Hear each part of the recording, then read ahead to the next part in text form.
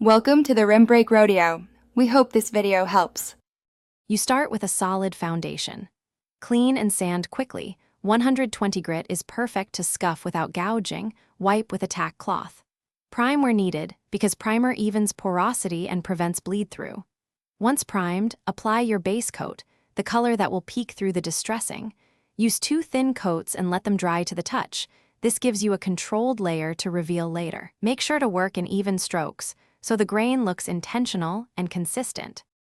Once the base is set, apply your top coat, color B, over the entire piece. If you want chipping, rub clear wax or petroleum jelly where you want reveal. For crisp edges, use tape. Let the top coat dry to tackiness, then test a small patch.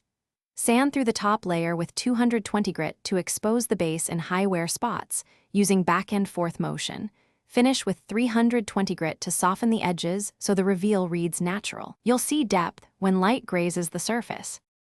You're almost done. Sealing preserves the distressed look. Apply 2 light coats of clear finish, matte or satin, waiting 2 to 4 hours between coats because too thick will obscure texture. For realism, add a thin glaze or a diluted paint wash into crevices and gently wipe excess. This ages the piece. If you accidentally sand too much, don't panic. Reapply a thin wash of the base color, let it dry, then resand selectively to blend. Final inspection in different light ensures balance. Thanks for watching. Consider subscribing if we helped you.